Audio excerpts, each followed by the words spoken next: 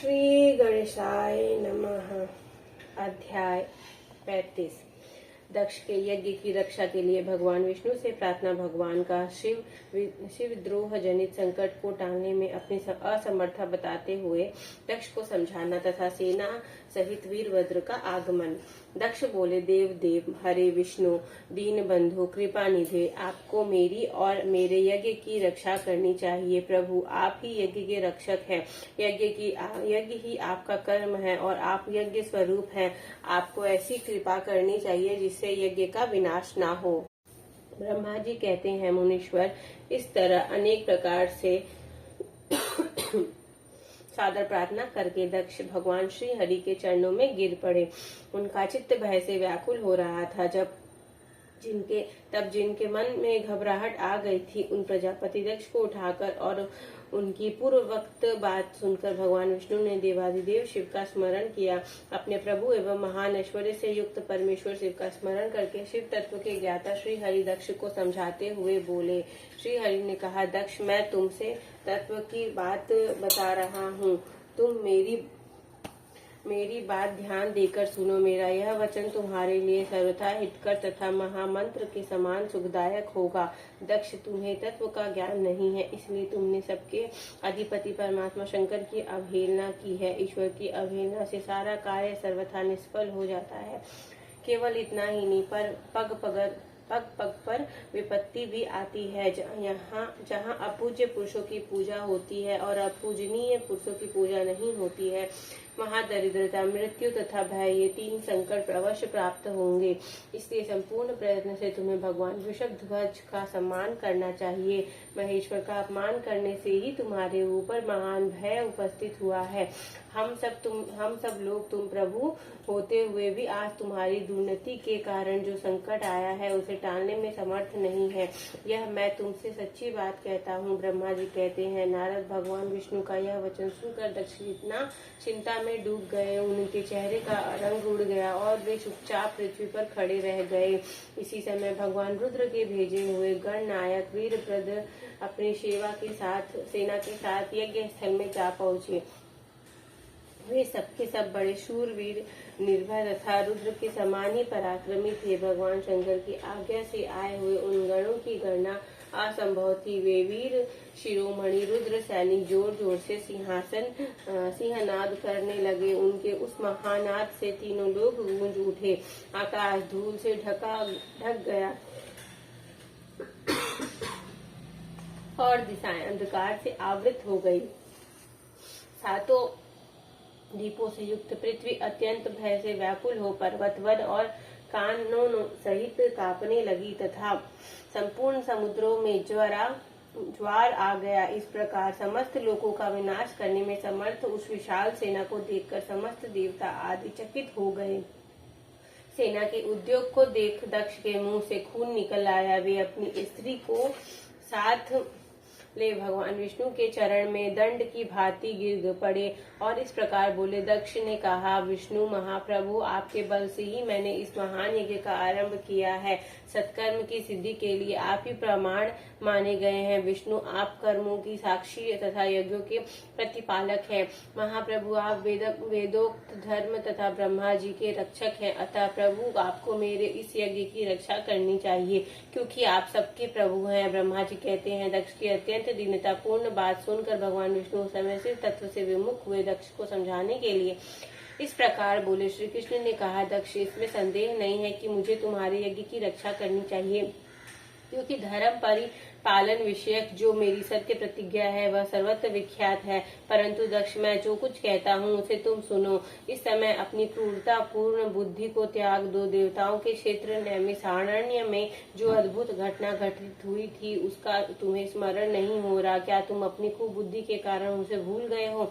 यहाँ कौन भगवान रुद्र के कोप से तुम्हारी रक्षा करने में समर्थ है? दक्ष, तुम्हारी रक्षा किसको अभिमत नहीं है, परंतु जो तुम्हारी रक्षा करने को उद्युत होता है वह अपनी दुर्बुद्धि का भी ही परिचय देता है। दुर्मते, क्या कर्म है और क्या अकर्म, इसे तुम नहीं समझ पा रहे हो। केवल कर्म ही कभी कुछ करने में समर्थ नहीं हो सकता। जिसके सहयोग से कर्म में कुछ करने की सामर्थ्य आती है, उसी को तुम स्वकर्म समझो। भगवान शिव के बिना दूसरा कोई कर्म में कल्याण करने की शक्ति देने वाला नहीं है। जो शांत हो, ईश्वर में मन लगाकर उनकी भक्ति पूर्वक कार्य करता है, उसी को भगवान शिव तत्काल उस कर्म का फल देते हैं। जो मनुष्य केवल ज्ञान का सहारा ले अनिश्वरवादी हो जाते हैं या ईश्वर को नहीं मानते, वे शतकोटि कल्पों तक नरक में ही पड़े रहते हैं। फिर मैं कर्म पाश में बंधे हुए जीव प्रत्येक जन्म में नरकों की यातना भोगते हैं, क्योंकि वे केवल सकाम कर्म के ही स्वरूप का आश्रय लेने वाले होते हैं। ये शत्रु मर्दन वीरभद्र जो यज्ञशाला के आंगन में आ पहुँचे हैं, भगवान रुद्र की क्रोध अग्नि से प्रकट हुए इस समय समस्त रुद्र गणों के नायक ये ही हैं। ये हम लोगों के विनाश के लिए आए हैं, इसमें संशय नहीं है। कोई भी कार्य क्यों ना हो, वस्तुतः इनके लिए कुछ भी अशक्य है ही नहीं। ये महान सामर्थ्यशाली वीरभद्र सब देवताओं को अवश्य जलाकर ही शांत होंगे, इसमें संशय नहीं जान पड़ता। मैं ब्रह्म से महादेवी जी की शपथ का उल्लंघन करके जो यहाँ ठहरा रहा, उसके कारण तुम्हारे साथ मुझे भी इस कष्ट का सामना करना ही पड़ेगा। भगवान विष्णु इस प्रकार कह ही रहे थे कि वीरभद्र के साथ शिव गणों की सेना का समुद्र उमड़ आया। समस्त देवता आदि ने उसे देखा। इस तरह अध्याय 35 संपूर्ण होता है। हर हर महादेव। ओम जय शिव ओंकारा, प्रभु हर शिव ओंकारा। ब्रह्मा विष्णु सदा शिव अर्धांगी धारा। ओम जय शिव ओंकारा।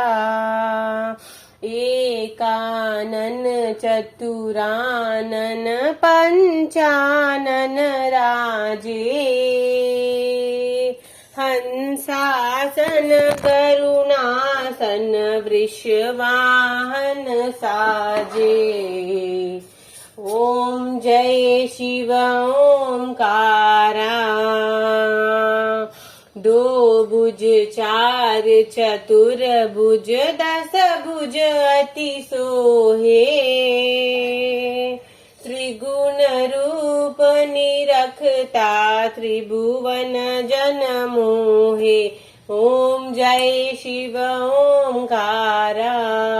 अक्षमाला बनमाला रुंडमाला धारी।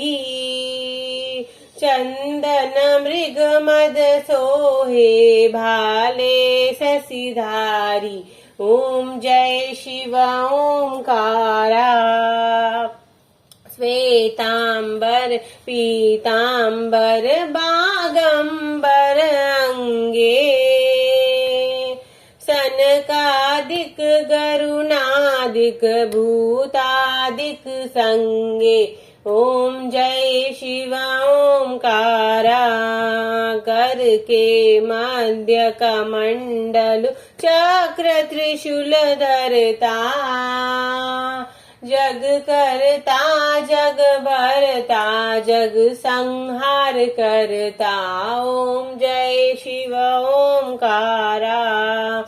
ब्रह्मा विष्णु सदा शिव जानत अविवेका।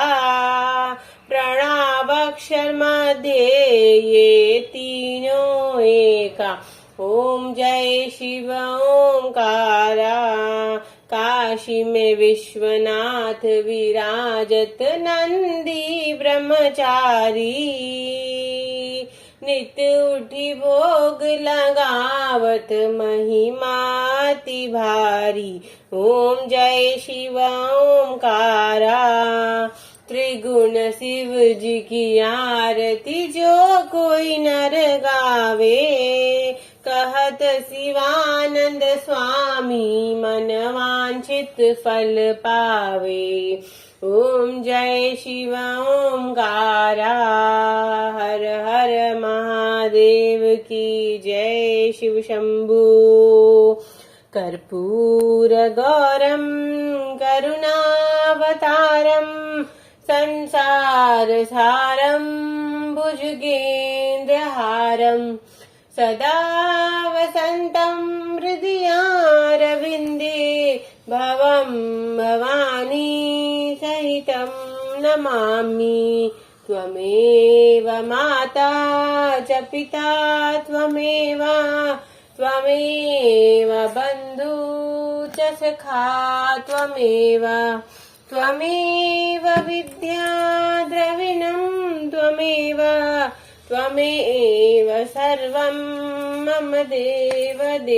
बोलो हर हर महादेव की जय।